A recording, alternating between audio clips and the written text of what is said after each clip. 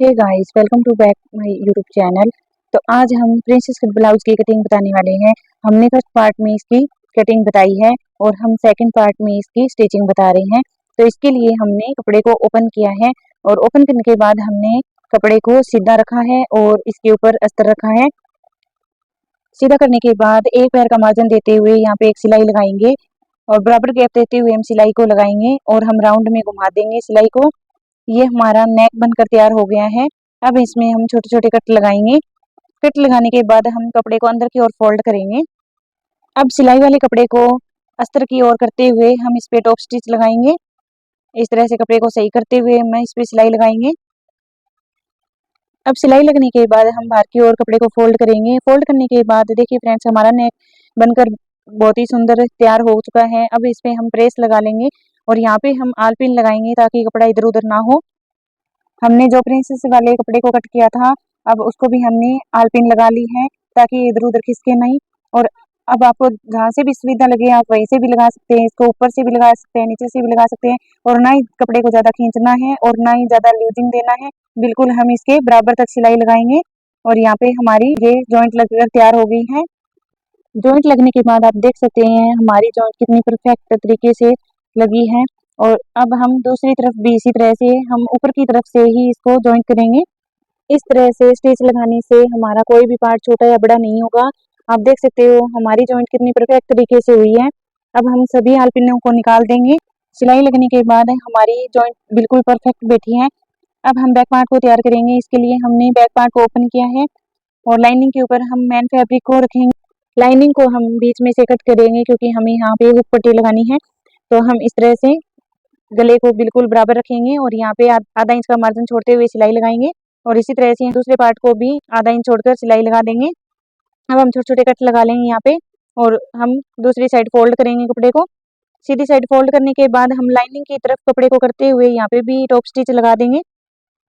Top stitch लगने के बाद हमारे नेक की फिनिशिंग बहुत अच्छी आती है। इसी तरह से हम दूसरे पार्ट पे भी टॉप स्टिच लगाएंगे और टॉप स्टिच लगाने के बाद हम सीधी साइड फोल्ड करके कपड़े को इस पे प्रेस लगा लेंगे। प्रेस लगने के बाद हमारे नेक की फिनिशिंग बहुत अच्छी आई है। और अब हम टक्स के लिए जो मार्किंग की थी उस पे हम टक्स डालेंगे। तो हमने 1 इंच कपड़े को अंदर की ओर दबाते हुए इस पे सिलाई लगाई है। और आप बैक पार्ट में प्लेट डलने के बाद अब हम फ्रंट पार्ट के आर्मोल में सिलाई लगाएंगे ताकि हमारा कपड़ा इधर उधर ना हो। और हम इसी तरह से दूसरी साइड भी सिलाई लगा देंगे। अब हम दोनों पार्ट्स के शोल्डर को जॉइंट करेंगे। तो इसके लिए हमने फ्रंट पार्ट को नीचे रखा है और बैक पार्ट को ऊपर रखा है और इसके बीच में कपड़े को देते हुए यहाँ पे सिलाई लगाएंगे। अस्तर और मैन फैब्रिक के बीच में हम फ्रंट पार्ट को रखेंगे और यहाँ पे आधा इंच का मार्जिन छोड़ते हुए सिलाई लगाएंगे। अब हम इसको ओपन करेंगे तो हमारी ये सिलाई गुम हो चुकी है। दोनों साइड से हमारे कोई भी स्टिच नहीं दिखेगी। इसी तरह से दूसरी ओर भी हम लाइनिंग और मैन फैब्रिक के बीच में फ्रंट पार्ट को रखेंगे और आधा इंच का मार्जिन छोड़ते हुए यहाँ पे भी सिलाई लगा देंगे। तो हमारी सिलाई गुम हो जाती है, ये बिल्कुल भी नहीं दिखती है बाहर की ओर। शोल्डर जॉइंट करने के बाद हम बैक आर्म होल पे भी सिलाई लगा देंगे और इसी तरह से हम दूसरे पार्ट पे भी सिलाई लगाएंगे। अब हम इसकी लेंथ की मार्किंग करेंगे। तो लेंथ की मार्किंग के लिए हम शोल्डर की सिलाई से 15.5 इंच पे निशान लगाएंगे और इस तरफ भी हम 15.5 इंच पे निशान लगाएंगे। हमें इसकी लेंथ 15.5 ही तैयार रखनी है। इस तरह से हम बराबर 15.5 पे निशान लगा लेंगे। ये ब्लाउज हमने हैवी साइज के लिए तैयार किया है तो हम आर्मोल की साइड 9.5 इंच पे निशान लगाएंगे। नहीं तो हम 6.75-7 इंच पे निशान लगाते हैं। इस तरह से हम यहाँ से 9.5 इंच पे निशान लगाएंगे और यहाँ से हम कपड़े को अंदर की ओर फोल्ड कर देंगे। यहाँ हम सिलाई को मोटा ही रखेंगे, हमें यहाँ पे तुरपाई करनी है। इसी तरह से बैक पार्ट पे भी हमने 15.5 इंच पे मार्किंग कर रखी है और यहाँ से भी हम इस तरह से कपड़े को अंदर की ओर फोल्ड कर देंगे। हमने बैक पार्ट को नेक से नीचे की ओर बराबर ही रखे फोल्ड किया है ताकि हम इस पे हुक लगाएं तो हमें कोई दिक्कत ना हो। ये हमने आई पट्टी लिया है और ये हमने 3 इंच की चौड़ाई ली है इसकी। और ये हमने हुक पट्टी ली है, इसकी चौड़ाई हमने 2 इंच रखी है। और आई पट्टी में हम मैन फैब्रिक और लाइनिंग दोनों को ही लगाएंगे। इसके लिए हमने कपड़े आई पट्टी लगाने के लिए हमने कपड़े को उल्टा रखा है, उसके ऊपर हमने पट्टी को रखा है और इस तरह से हम इसकी गुम सिलाई करेंगे और हम इसको ओपन करेंगे। तो देखिए फ्रेंड्स, यहाँ से हमारी सिलाई इस तरह से लगेगी। और अब हम इस तरह से कपड़े को फोल्ड करेंगे और यहाँ पे हम एक स्टिच और लगाएंगे। एक बार हम यहाँ पे कच्ची सिलाई लगाएंगे, उसके बाद हम इस पे आई बनाएंगे। अब हम आई के लिए निशान करेंगे। यहाँ पे हमने यहाँ पे 1.5 इंच पे निशान किया है। सुई धागे से आई बनाते हैं तो काफ़ी टाइम लग जाता है, लेकिन हम सिलाई से ही आई बनाएंगे। जहाँ जहाँ आई पट्टी पे हमने मार्किंग की है वहाँ हम छोटे छोटे बॉक्स बना देंगे। बिल्कुल हम बारीक सिलाई लगाएंगे यहाँ पे। आप देख सकते हो हम किस तरह से बॉक्स बना रहे हैं। आई होप आपको ये वीडियो अच्छी लगी होगी। अगर अच्छी लगी है तो हमारे चैनल को सब्सक्राइब करें और वीडियो को लाइक करें, शेयर करें। हमने यहाँ पे 6 आई के बॉक्स बनाए हैं। आप चाहो तो 1-1 इंच पे भी मार्किंग कर सकते हो। यहाँ पे 1.5 इंच की मार्किंग की है।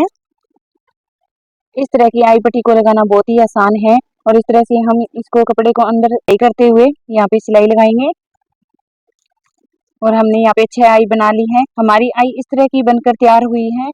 आप देख सकते हो जैसे छोटे छोटे बॉक्स बनाए हैं। इसके दूसरी साइड हम हुक पट्टी को लगाएंगे। तो हमने इसके लिए कपड़े को सीधा रखा है और उसके ऊपर हमने लाइनिंग को रखा है और इस तरह से हम इसकी भी घुम सिलाई करेंगे।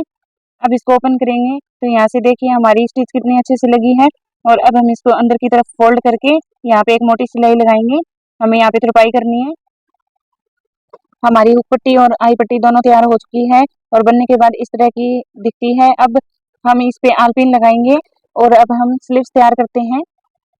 स्लीव्स लगाने के लिए हमने सबसे पहले लाइनिंग को लिया है और इसके ऊपर हम मैन फैब्रिक को रखेंगे और हम नीचे वाली साइड इसकी कच्ची सिलाई लगा लेंगे।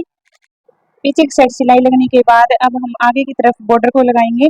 स्लीव्स के आगे हमने बॉर्डर को इस तरह से रखा है। हम स्लीव्स का सीधी साइड रखेंगे और उसके ऊपर बॉर्डर को उल्टा रखेंगे और उसके ऊपर इस तरह से सिलाई लगाएंगे और एक्स्ट्रा बॉर्डर को हम कट कर देंगे और इसके ऊपर इस तरह से फोल्ड करके हम यहाँ पे भी एक टॉप सिलाई लगाएंगे।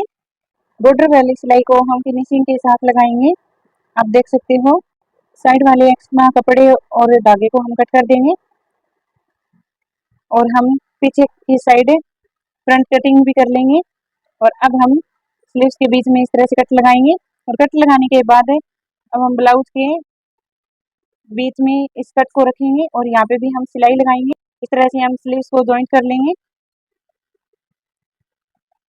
राउंड में घुमाते हुए हम सिलाई लगाएंगे। अब ब्लाउज को दूसरी तरफ मोड़ेंगे और दूसरी तरफ भी इसी तरह से हम घुमाते हुए सिलाई लगाएंगे। इस तरह से स्लीव्स लगाने के बाद हमारे स्लीव्स में कहीं भी झोल नहीं आएगा। और अब हम मेजरमेंट के अकॉर्डिंग इसकी मार्किंग करेंगे। तो हमारी मेजरमेंट है यहाँ से 41 इंच, तो हमने 22 इंच पे यहाँ पे मार्किंग की है। और इसी तरह से हमने कमर पे है हमारा 35 इंच, तो हमने यहाँ पे 17.5 इंच पे मार्किंग की है। स्लीव्स की मोहरी है हमारी 11.5 इंच, तो हमने 6.25 इंच पे मार्किंग की है और यहाँ हम सीधी सिलाई लगाएंगे। फिटिंग की सिलाई हमारी पूरी परफेक्ट आ रही है और इसी तरह से हम दूसरी साइड भी सिलाई लगा लेंगे। इस तरह से हमारा ब्लाउज कंप्लीट हो गया है। हमारी ब्लाउज की लुक आप देख सकते हो कितनी अच्छी आई है और ये पूरा हैवी साइज है, फुल हैवी साइज में ब्लाउज बनाया है। आप देख सकते हो बहुत ही प्यारी फिनिशिंग के साथ कंप्लीट हुआ है।